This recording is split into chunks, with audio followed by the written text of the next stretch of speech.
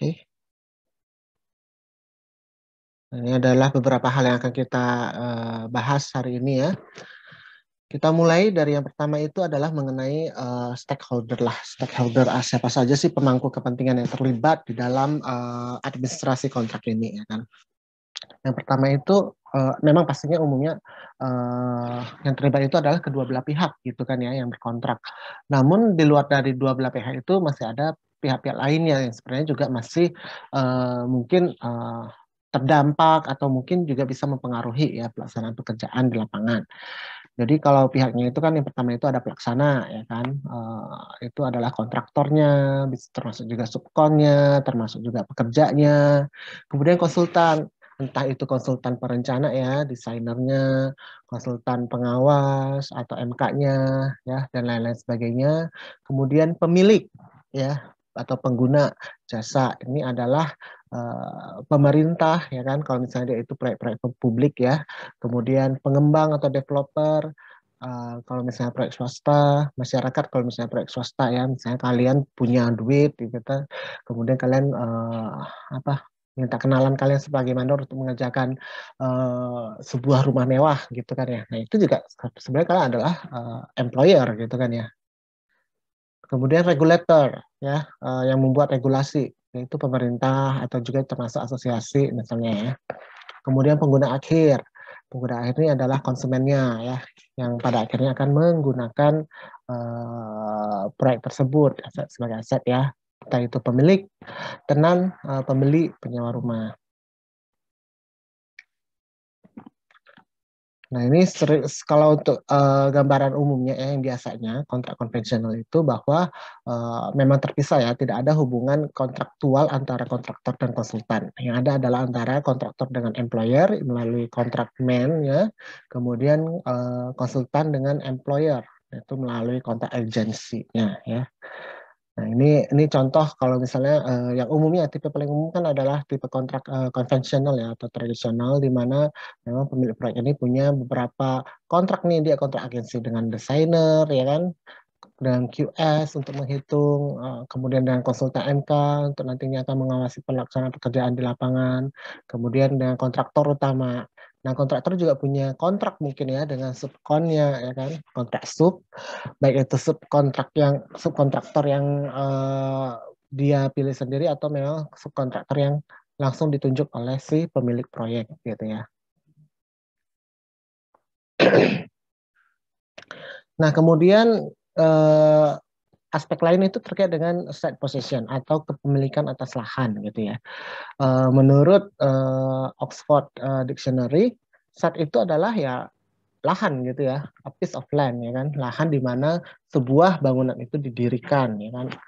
Nah, lahan itu menurut peraturan perundang-undangan yang dimaksud lahan atau bidang tanah itu adalah termasuk bawahnya ya, undergroundnya, termasuk atasnya gitu ya, apa namanya, wilayah udara di atas bidang itu gitu kan ya. Makanya kalau kalian membeli sepetak bidang tanah seukuran 100 meter persegi, ya berarti ya 100 meter persegi sampai bawah ya, underground, kalian berhak untuk melakukan pekerjaan di sana, atau ya kalian membangun vertikal gitu kan ya, membangun gedung vertikal sampai ya luasannya 100 meter persegi itu gitu kan ya, ke atasnya gitu. Jadi ya itu memang masih di wilayah possession kalian, kepemilikan kalian gitu. Nah, possession ini ya adalah kepemilikan ya, kepemilikan. Possession of site itu adalah di mana kontraktor memiliki hak untuk memasuki site ya, kemudian occupy, mendiami, kemudian menggunakan lahan tersebut untuk apa? Untuk melaksanakan pekerjaannya di lapangan.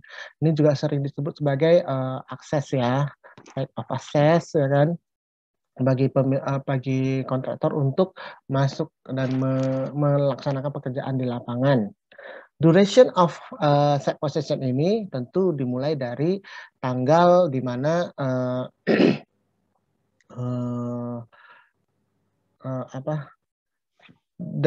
dimulai dari tanggal kontrak ya, SPK namanya, surat perintah kerjanya itu diberikan sampai kontrak itu berakhir gitu ya, pekerjaan itu selesai.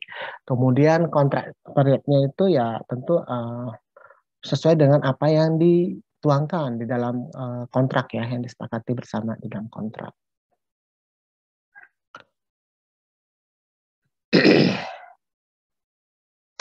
Nah, kita juga ada istilahnya PCM, ya, pre-construction meeting gitu ya.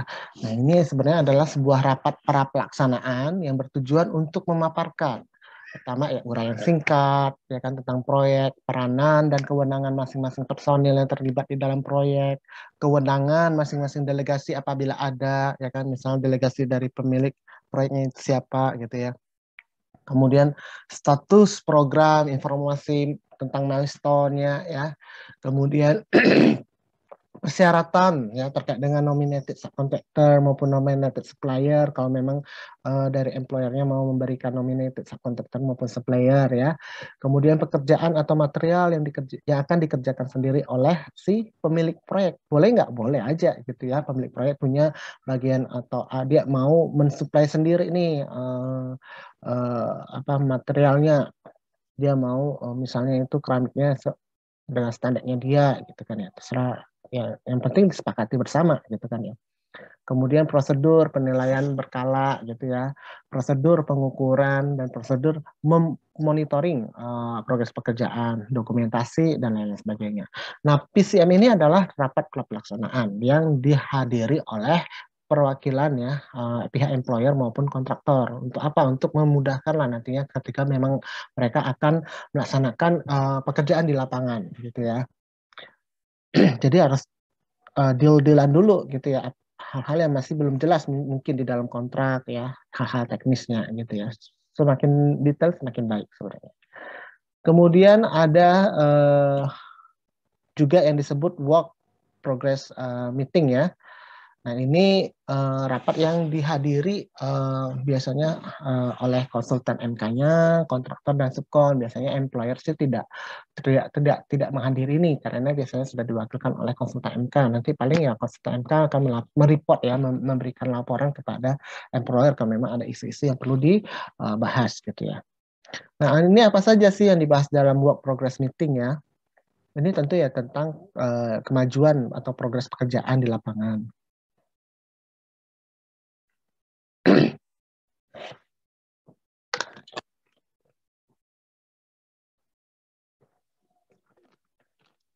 Kemudian men-follow up agenda rapat yang sebelumnya. Mungkin masih ada tindak lanjut ya yang perlu dilakukan terkait satu permasalahan yang telah dikemukakan pada rapat-rapat sebelumnya. Nah, itu dibahas terus. Kemudian mungkin terkait dengan apa saja sih kendala-kendala yang dihadapi gitu kan ya, baik itu oleh kontraktor, subkontraktor, konsultan. Jadi semuanya dibahas bersama dengan tujuan untuk mencari solusi ya. Solusi dari kendala-kendala tersebut ya kan. Kemudian ya mungkin hal-hal di luar lingkup pekerjaan, misalnya ada kunjungan dari wali kota lah, kunjungan dari pejabat gitu kan ya, atau mungkin ada aksi demonstrasi dari masyarakat sekitar gitu kan ya. Nah, ini dibahas juga di sini. Hal-hal yang perlu diperhatikan untuk mempersiapkan sebuah rapat yang sukses tentu ya kita harus memiliki agenda rapat yang tepat ya dan jelas ya. Kemudian melakukan pencatatan atas jalannya rapat. Menghasilkan keputusan rapat yang dapat disetujui bersama gitu ya. Kalau misalnya rapat tapi para pihak sudah berkumpul tapi tidak ada kesepakatan yang ini ya susah juga ya, masing-masing pihak akhirnya ya jalan masing-masing gitu kan ya.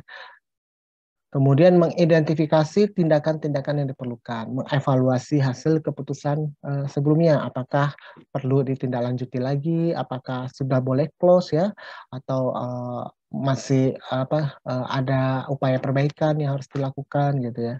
Kemudian memprediksi kemajuan progres pekerjaan dan memprediksi potensi permasalahan maupun perkiraan lainnya ya.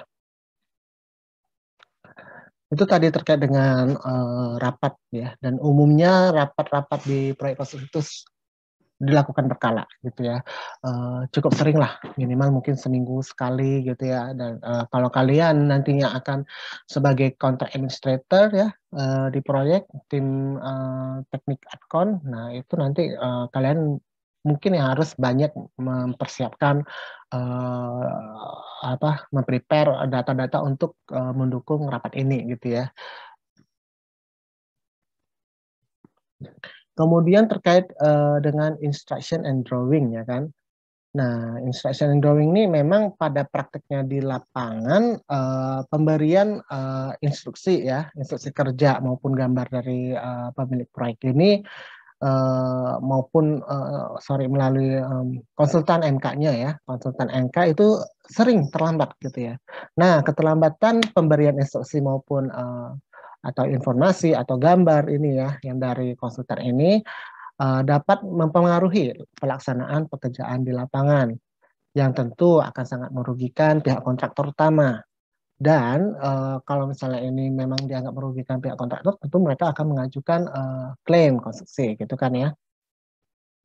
Nah, klaim konstruksi tersebut dapat berupa misalnya ini klaim perpanjang waktu, ya kan, maupun klaim additional payment lah, ya, extra cost gitu ya.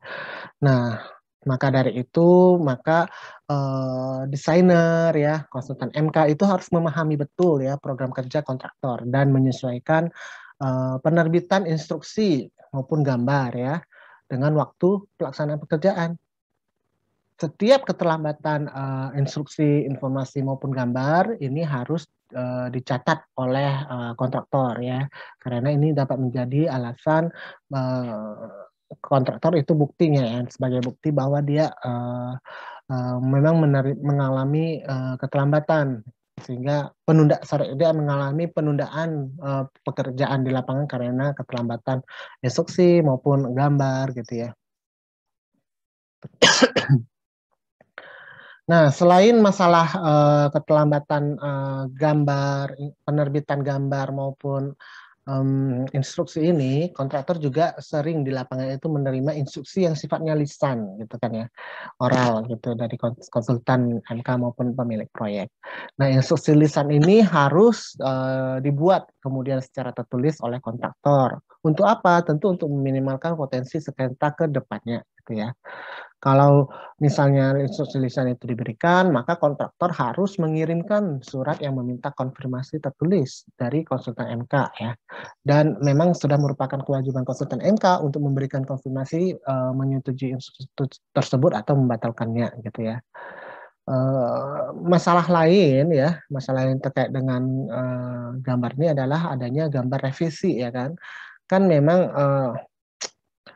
kadang itu gambar itu masih perlu direvisi ya kan, belum terlalu jelas, belum ada yang salah, ada yang tidak terintegrate dengan antara gambar struktur dengan gambar arsitekturnya mungkin ya, misalnya lokasi untuk pitnya ekskavator itu di mana, tapi nanti kalau dipasang di gambar arsitekturnya nanti berbeda, nggak bakal masuk gitu kan ya. Nah, ini kan perlu ada revisi gambar gitu kan ya. Nah, gambar revisi ini harus dibuat dengan jelas dan mencantumkan nomor revisinya ya, revisi gambar, sehingga memudahkan kontraktor untuk men-track ya, mengetahui pembaruan gambar konstruksi yang akan digunakan sebagai gambar kerja di lapangan ya. Nah, gambar revisi ini juga akan menjadi dasar ya klaim perubahan pekerjaan apabila memang itu adalah terkait dengan perubahan lingkup pekerjaan di kontrak gitu ya. Next itu terkait dengan program kerja ya, work program. Nah, memang tujuan utama dari adanya program kerja ini adalah untuk memudahkan para pihak mengetahui dan menilai progres pekerjaan, ya kan? Kemudian memudahkan konsultan MK untuk memantau progres pekerjaan yang digunakan sebagai tolak ukur untuk memastikan bahwa kontraktor memang telah bekerja secara teratur ya dan rajin ya, regularly and diligently. Kemudian juga menjadi pedoman bagi konsultan MK untuk melakukan penilaian keterlambatan proses pekerjaan dan menganalisis klaim klaim perpanjangan waktunya gitu ya. Nah, setiap program kerja tersebut ya mencakup antara lain nih ada tahapan pelaksanaan pekerjaannya ya, termasuk pula waktu antisipasi untuk setiap tahapan perancangan ya kan, dokumen kontraktornya itu harus ada dijelaskan, pengadaannya kapan, fabrikasi, pengiriman ke lapangan, konstruksinya itu berapa lama durasinya ya, dan item-item pekerjaan tertentu lah ya seperti pemancangan dan pengujian ya, testing commissioning itu juga mungkin perlu ditaruh di situ ya sebagai tahapan pelaksanaan pekerjaan. Kemudian tahapan pelaksanaan pekerjaan yang dilakukan oleh subkontraktornya gitu ya. Kemudian tahapan dan durasi waktu untuk melakukan inspeksi maupun pengujian yang sebagaimana diatur di dalam kontrak ya kan. Kemudian deskripsi umum tentang metode pekerjaan yang akan diadopsi oleh kontraktor. Kemudian laporan detail ya perihal personil kontraktor di lapangan, perkiraan sumber daya, baik itu manusia maupun peralatan ya, material yang dibutuhkan di lapangan ya kan. Nah, ada kasus West Partner Associate versus London Borough of Newham, di mana pengadilan banding memutuskan bahwa terdapat kewajiban kontraktor untuk yang meminta kontraktor untuk melaksanakan pekerjaan secara regularly and diligently ya.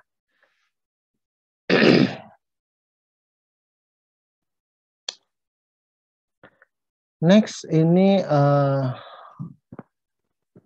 ya terkait dengan work progress report ya, laporan progres pekerjaan ya. Memang salah satu ya, memang sudah menjadi kewajibannya kontraktor ya dalam kontrak konstruksi untuk memberikan laporan perkembangan pekerjaan atau work progress reportnya ya secara berkala ya, baik itu bulanan ya kan ataupun periode lain yang telah ditentukan di dalam kontrak ya. Kepada siapa? Kepada konsultan MK ya yang nanti akan melaporkannya kepada owner juga gitu ya, employer-nya.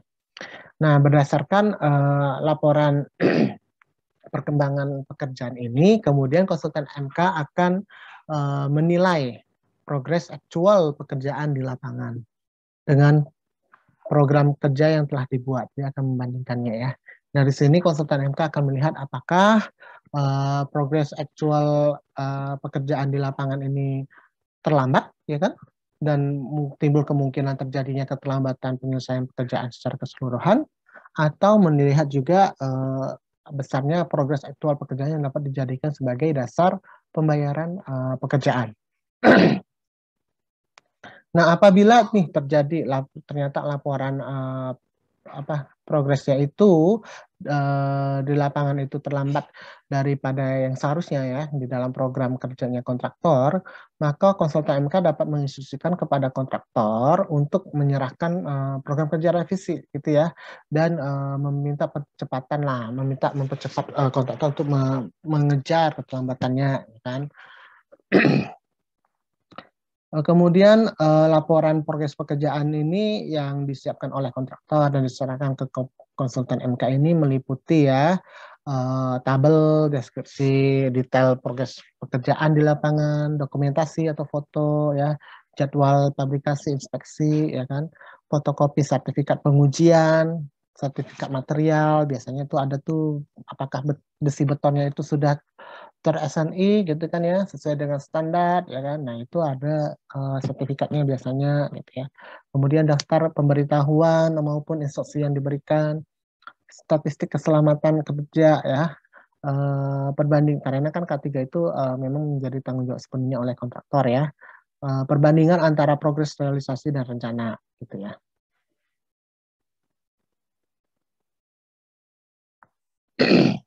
Next itu terkait dengan governing law ya atau hukum yang berlaku. Nah, di dalam kontrak itu selalu memang terdapat klausul yang mengatur perihal hukum dan bahasa yang berlaku dalam pelaksanaan kontrak konstruksi, ya kan? Hukum dan bahasa yang berlaku biasanya ditentukan berdasarkan pada lokasi pekerjaan tersebut berada, ya kan? Tapi hukum dan bahasa yang berlaku juga dapat ditentukan oleh preferensi ya, pilihan para pihak yang berkontrak. Hari ini terutama dapat terjadi pada proyek-proyek internasional ya, kontrak-kontrak internasional atau yang didanai oleh pihak asing ya. Nah, dalam beberapa kasus terdapat pula dokumen-dokumen kontrak yang menggunakan bahasa yang berbeda ya kan. Apalagi ya kontrak internasional lah ya. pakai bahasa Inggris misalnya kan ya. Apabila hal ini terjadi, maka dokumen dengan bahasa yang ditentukan di dalam kontrak itu yang berlaku, ya kan. Oleh karena itu, sebaiknya semua dokumen kontrak dibuat dalam bahasa yang sama, sesuai dengan bahasa yang telah ditentukan di dalam kontrak konstruksi. Namun kecuali sejak tahun berapa itu ya, ada peraturan baru, pemerintah yang baru di Indonesia bahwa setiap kontrak itu harus uh, uh, di bahasa Indonesia kan. Jadi minimal itu bilingual ya kalau memang itu kontrak internasional. Entah itu bahasa Indonesia dengan bahasa Inggris, entah itu nanti bahasa Indonesia dengan bahasa Prancis ya tergantung ya, atau Jepang, itu tergantung dengan loannya dari mana misalnya kan ya. Tapi umumnya sekarang harus bilingual ya sesuai dengan peraturan pemerintah.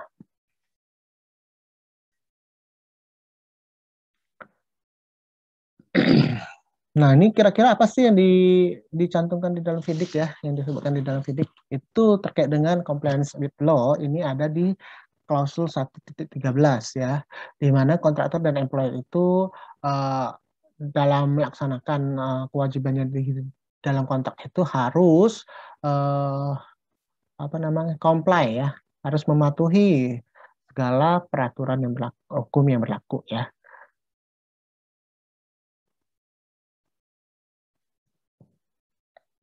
Next, ini terkait dengan records atau pencatatan. Nah, pencatatan memang merupakan salah satu elemen penting ya dalam kegiatan administrasi kontrak yang baik ya. Seringkali ya klaim konstruksi itu oleh kontraktor terkait dengan perpanjangan waktu maupun apa namanya additional cost ya, itu karena buruknya pencatatan. Padahal ketika terjadi pengajuan klaim konstruksi maupun sengketa konstruksi, hasil pencatatan itu menjadi sangat penting dalam menentukan keberhasilan pengajuan klaim maupun kesuksesan dalam penyelesaian sengketa konstruksi. Ya. Nah, apa saja sih yang perlu di-record gitu kan ya? Program masternya, ya kan? Schedule progres pekerjaan yang aktual yang mengindikasikan realisasi progres, actual progres di lapangan ya kan. Kemudian schedule sumber dayanya, realisasi versus rencana ya kan, ataupun ada revisinya gitu ya. Catatan cash flow-nya, evaluasi produktivitas, terutama pada aktivitas atau itu pekerjaan utama ya. Kemudian schedule pekerjaan overtime, misalnya kalau memang diminta overtime gitu kan. Kemudian catatan overtime, dokumentasi progres ya, gambar dan revisi gambar yang tadi, catatan-catatan ataupun instruksi-instruksi di lapangan ya, notulen rapat maupun serat-serat lainnya.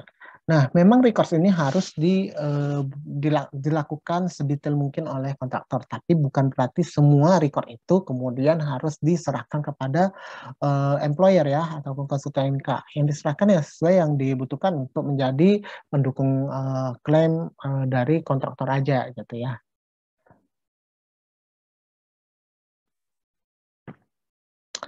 Notis ya kan terkait dengan pemberitahuan.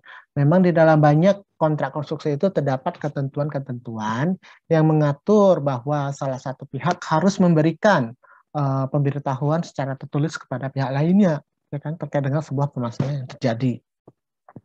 Hal ini harus dilihat sebagai sebuah metode yang efektif ya dalam hal administrasi kontrak yang baik gitu ya.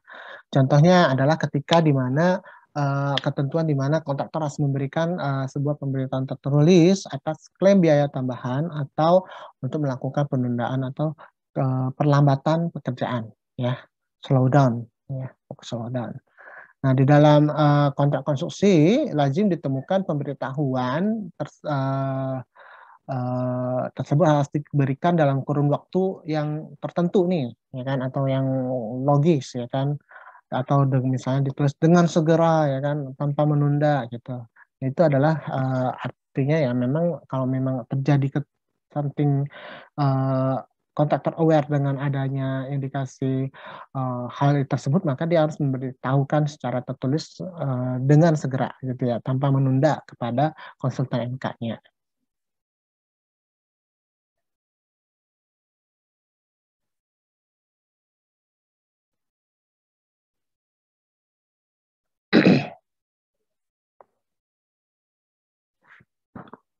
Ini right of access ini sama ya dengan tadi ya possession ya. Kalau ini tapi lebih terkait dengan hak untuk akses ke lapangannya gitu ya. Pasti aja dulu.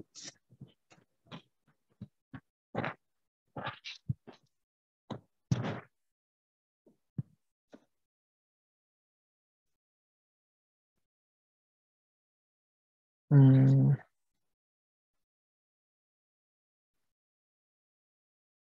Kalau misalnya terjadi nih kontraktor menderita kan memang subposition itu atau akses ke lapangan ini kan diwajibkan oleh pemilik memang menjadi tanggung jawab pemilik proyek ya untuk memberikan kepada kontraktor gitu kan ya. Untuk apa? Supaya kontraktor bisa punya akses lah untuk melaksanakan pekerjaan di lapangan.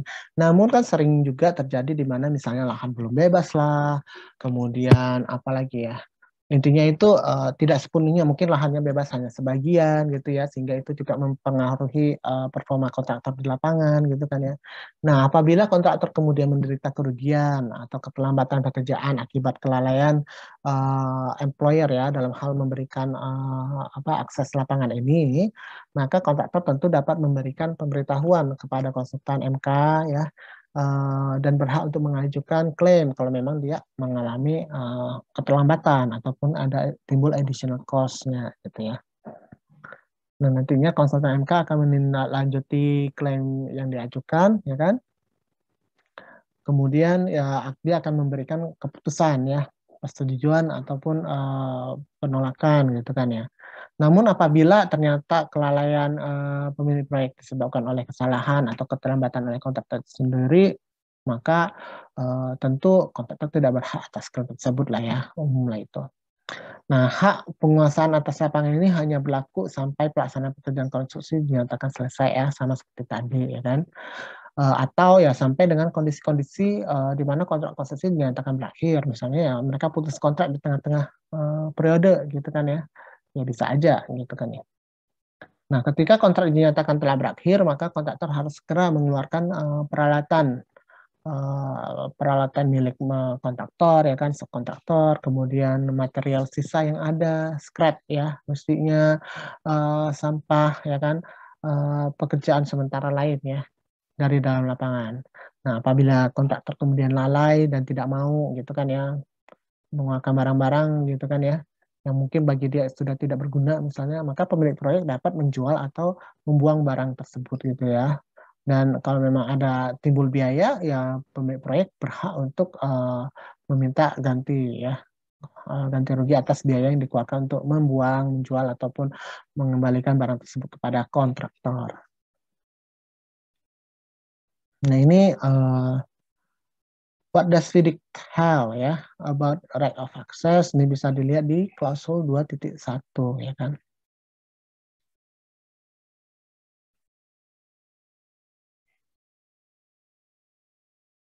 Next itu terkait dengan work progress ya, progres pekerjaan di lapangan. Pada prinsipnya sih pemilik proyek tidak diizinkan untuk ikut campur ya terkait penilaian klaim progres pekerjaan maupun klaim konstruksi lainnya gitu ya. Karena apa? Wewenang untuk menilai progres pekerjaan dan klaim konstruksi itu tetap berada hanya di tangan konsultan MK-nya ya. Dan oleh karena itu konsultan MK harus secara adil ya dan tidak memihak dalam menjalankan tugas dan tanggung jawabnya. Dengan kata lain, pemilik proyek tidak boleh mempengaruhi atau menghambat kinerja konsultan MK dalam hal melaksanakan tugas dan kewajibannya, terutama terkait dengan penilaian progres pekerjaan maupun klaim ya. Kalau misalnya pemilik proyek yang ikut yang melakukan penilaian ya kasihan juga kontraktornya. Artinya kan tidak ada prinsip keadilan ya dan kenetralan itu tidak dijaga gitu ya. Maka perlu ada pihak ketiga yaitu konsultan MK yang kemudian dia memiliki wewenang untuk menilai klaim progres maupun klaim konstruksi lainnya ya. Nah, ini terkait dengan preliminaries and contingencies ya. Nah, di dalam proyek konstruksi sih memang terdapat dua jenis biaya ya kan. Umumnya itu kita sebut fixed cost, biaya-biaya pasti, dan estimated cost atau biaya-biaya yang diestimasi lah, perkiraan ya kan, taksiran. Kalau biaya pasti adalah biaya-biaya yang dapat dihitung dan dinilai dengan akurat, ya kan? Yang termasuk di sini contohnya itu ya biaya material, upah, peralatan, perlengkapan gitu ya. Nah, ini juga biasanya disebut biaya-biaya direct cost ya, biaya langsung ya. Eh, Kalau biaya-biaya yang bersifatnya itu unik ya, tidak dapat dihitung dengan pasti. Nah, ini disebut dengan biaya-biaya perkiraan, ya kan? Contohnya itu biaya preliminaris nih, terkait dengan biaya persiapan di dalam kontrak konstruksi yang prelim ini diartikan ya sebagai biaya-biaya berupa komponen atau fasilitas yang dibutuhkan untuk mendukung pelaksanaan pekerjaan fisik gitu ya.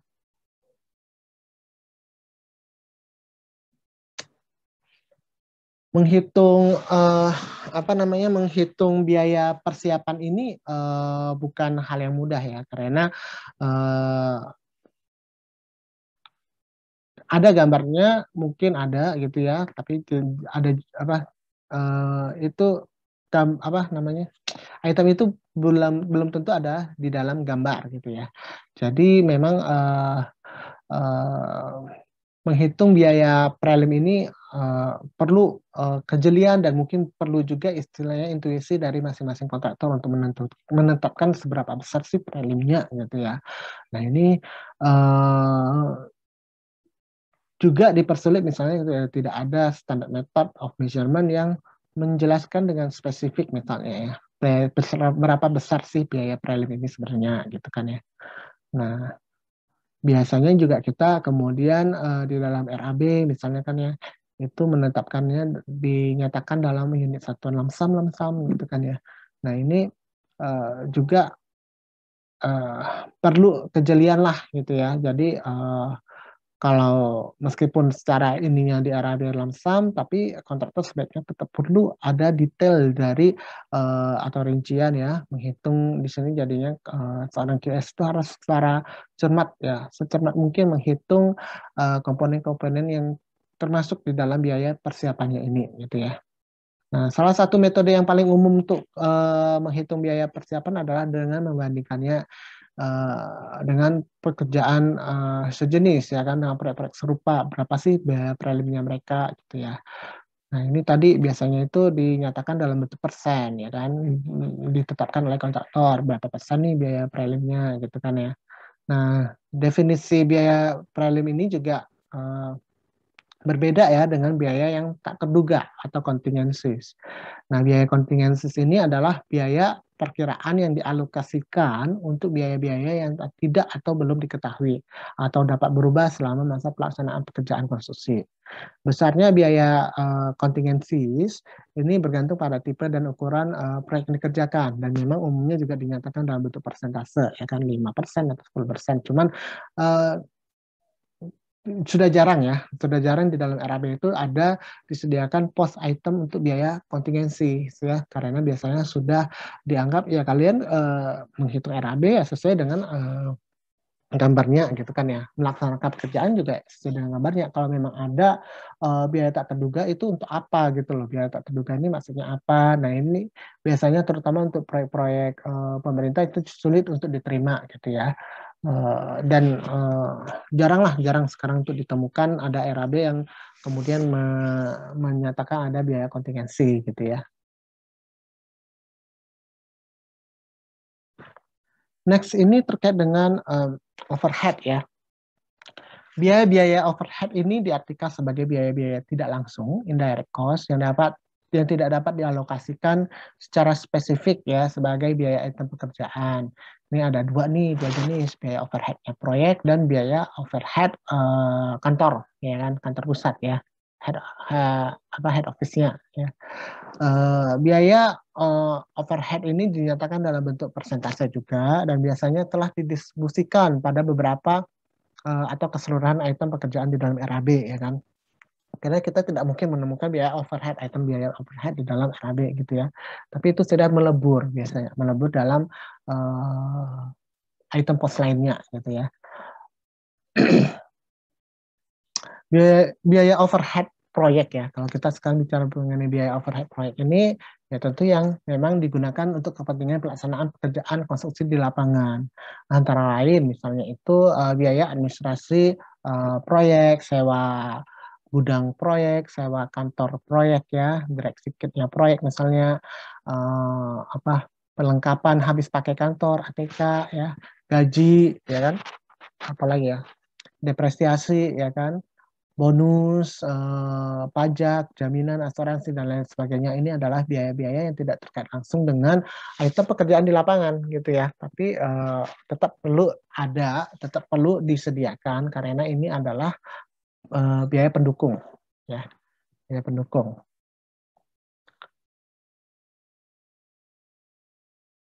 Sedangkan biaya overhead kantor pusat ya, head office overhead cost ini ya tau lah misalnya kalau proyek kan ya proyek bisa proyeknya di Jakarta atau proyeknya sorry di mana di Malang atau di Surabaya, tapi kantor pusatnya itu PT-nya itu ada di Jakarta misalnya kan ya. Nah ini kadang itu biaya overhead dan memang lazim ya biaya overhead dari kantor pusat ini kemudian ditanggung juga, artinya ada bagian porsi dari overhead kantor pusat ini yang kemudian disebar untuk ke proyek-proyek yang biaya overhead proyek yang banyak misalnya ada 10, 20 gitu ya.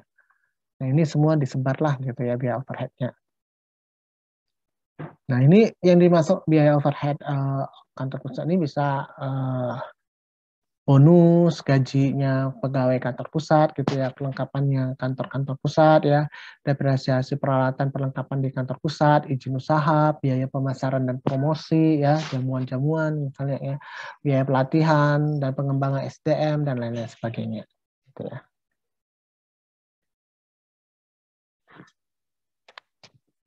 Kemudian kita juga mengenal istilah biaya prof sum ya, professional sums dan prime cost sum ya. Professional sum ini adalah biaya yang dialokasikan untuk item pekerjaan yang sudah diketahui tapi belum dapat dipastikan harganya ya. Dan ini ada dua kategori prof sum, yaitu defined per sum dan undefined per sum. Defined per sum itu dianggap telah termasuk ke dalam harga penawaran kontraktor. Dengan demikian, kontraktor itu dapat menanggung resiko bahwa harga profesional untuk item pekerjaan tersebut akan cukup untuk pelaksanaan pekerjaan. Sedangkan undefined per sum itu harga profesionalnya itu tidak termasuk dalam harga penawaran kontraktor. Nah, ini biasanya ada catatan yang di dalam RAB, ini tidak termasuk dalam harga penawaran gitu kan ya, atau di dalam dokumen harga penawaran yang diserahkan oleh kontraktor itu sudah di note dulu ya. Ini tidak termasuk. Mengapa? Mungkin ya karena ya ya memang item pekerjaannya itu gambarnya belum jelas misalnya kan ya, sehingga dia tidak bisa menghitungnya misalnya. Nah ini kalau udah undefined program berbeda dengan defined program, di sini pemilik proyeklah yang memiliki harus menanggung resiko ya apabila memang ada terkait dengan perubahan harga item prosamnya gitu ya. Nah, kemudian ada prime cost sum ya. Prime cost ini adalah biaya-biaya yang dialokasikan untuk item pekerjaan ataupun supplier lah ya, supply bahan material yang dikerjakan oleh subkontraktor nominated ya, atau subkontraktor nominated itu artinya subkontraktor yang ditunjuk oleh si pemilik proyek gitu ya, ditunjuk langsung oleh pemilik proyek, atau bisa juga supplier yang ditunjuk langsung oleh pemilik proyek, nominated supplier. Nah ini biayanya ini adalah prime cost sum namanya ya.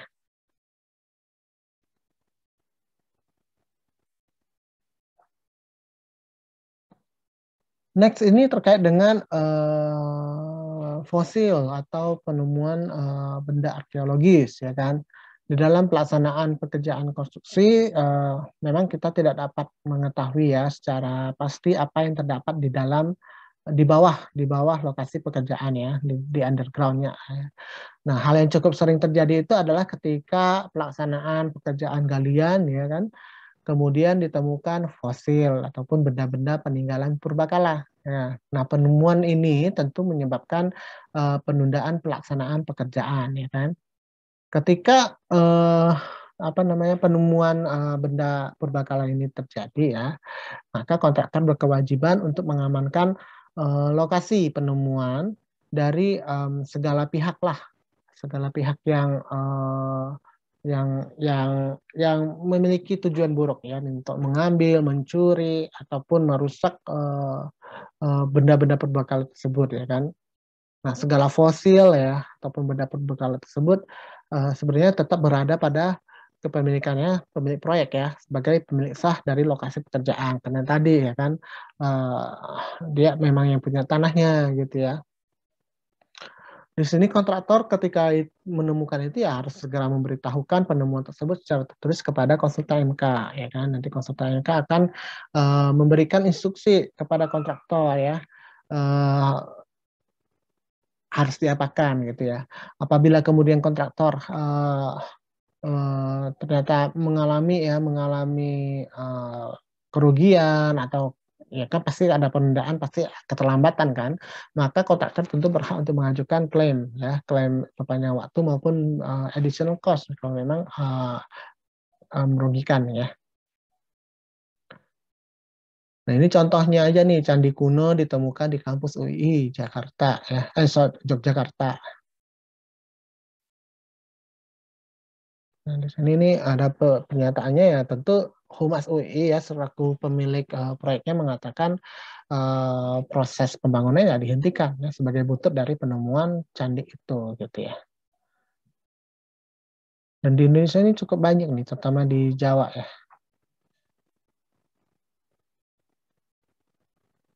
Nah, di Fidik juga sudah dinyatakan ya, hal seperti ini ya. Ini dapat ditemukan pada klausul 4.23 terkait dengan temuan arkeologis maupun geologikal ya. Jadi fosil, coins, ya, articles of value, antik, benda antik ya, struktur ataupun reruntuhan lainnya ya dari benda purbakala.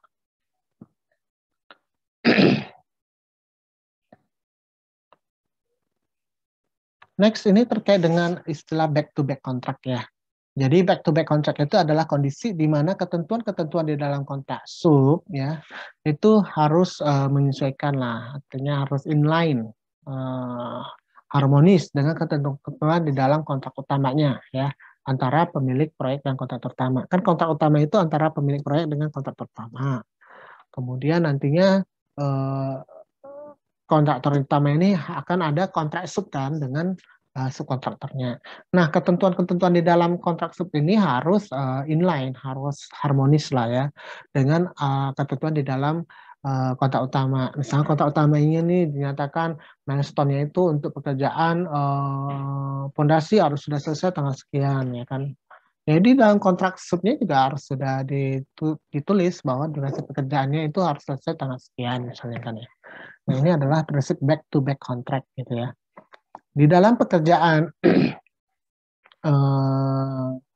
konstruksi ya, kontraktor utama seringkali ya tadi lah menggunakan bantuan subkon untuk melaksanakan bagian pekerjaannya.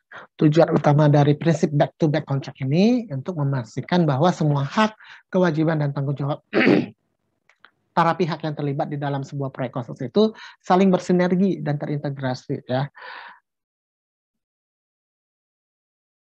Nah, prinsip ini tentu merupakan sebuah proses yang sangat kompleks dan membutuhkan pertimbangan yang matang ya dalam menyusun kontrak. Maka perlu kalian itu yang menyusun kontrak subkon ya tentu harus memahami, baca dulu itu kontrak dan konnya gitu kan ya.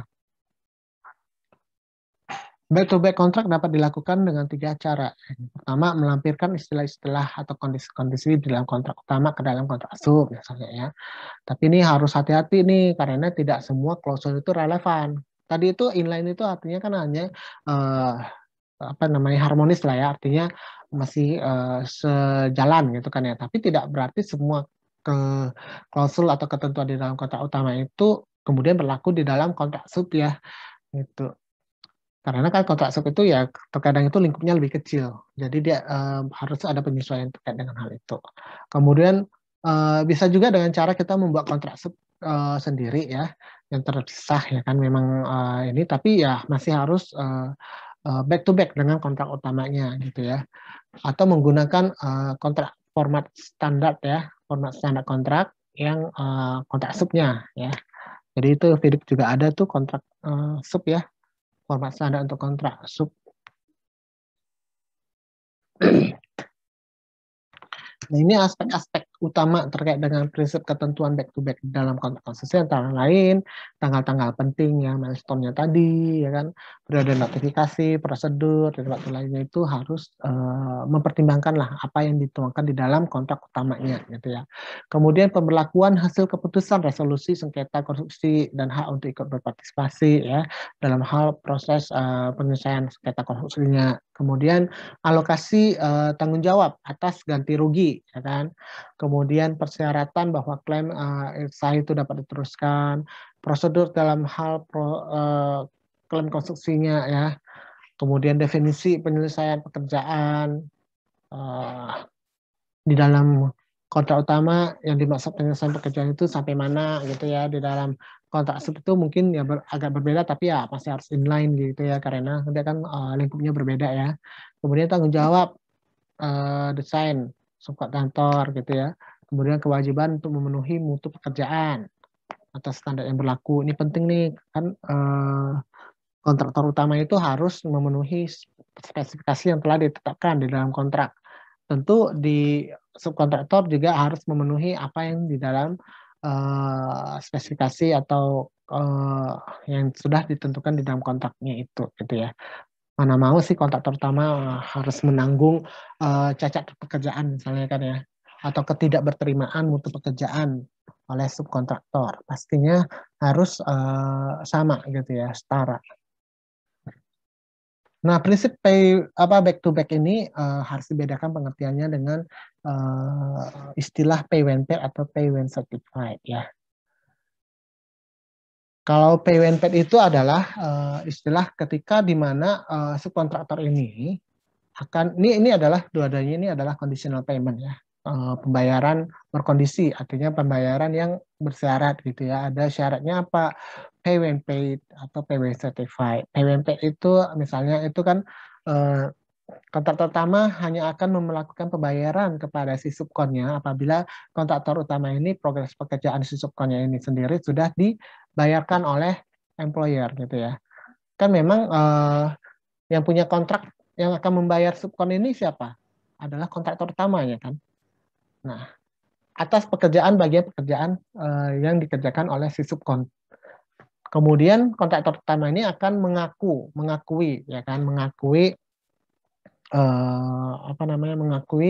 progres pekerjaan si subkon ini. Dia akan menagihkannya kepada si employer gitu ya. Nah, tapi kemudian employer itu tentu kan ada proses ya kan. Masih lama prosesnya. Nah, dia hanya akan di sini kontrak pertama hanya akan membayar kepada si subkonnya atas bagian itu pekerjaan yang telah dilakukannya itu apabila si kontrak pertama sendiri sudah menerima pembayaran dari si employer, gitu kan ya. Atau payment certified, artinya ketika hanya akan dibayarkan ketika memang sudah diterbitkan itu sertifikat pembayarannya ya, sertifikat progresnya. Jadi kan sebelum sampai, jadi ini lebih dulu lah ya dibandingkan kalau paid itu benar-benar nanti tergantung dengan employer-nya kan. Kalau sertifikat ini kan tergantung sampai nanti konsultan mereka menerbitkan sertifikat pembayarannya gitu ya, sertifikat progresnya ya kan. Nah, tapi umumnya ini hanya bila kontraktor utamanya sendiri memang menerapkan conditional payment ya. Umumnya sih kalau kontraktornya itu baik ya, kontraktor utamanya ini dalam arti memang sudah besar, sudah punya nama, kemudian memang mau menjaga hubungan baik dengan subkonnya, umumnya sih ya kontraktor utamanya akan membayar langsung ya. Tidak berlaku prinsip conditional payment, tapi ya ketika memang subkontraktornya itu punya apa istilahnya menagih, kemudian sudah diterima, sudah dilakukan pengecekan oleh kontraktor utama di lapangan, oh ini standarnya udah oke, memang sesuai actual progress yang di lapangan, kemudian kontraktor utama akan langsung melakukan pembayaran, dan ini adalah yang ide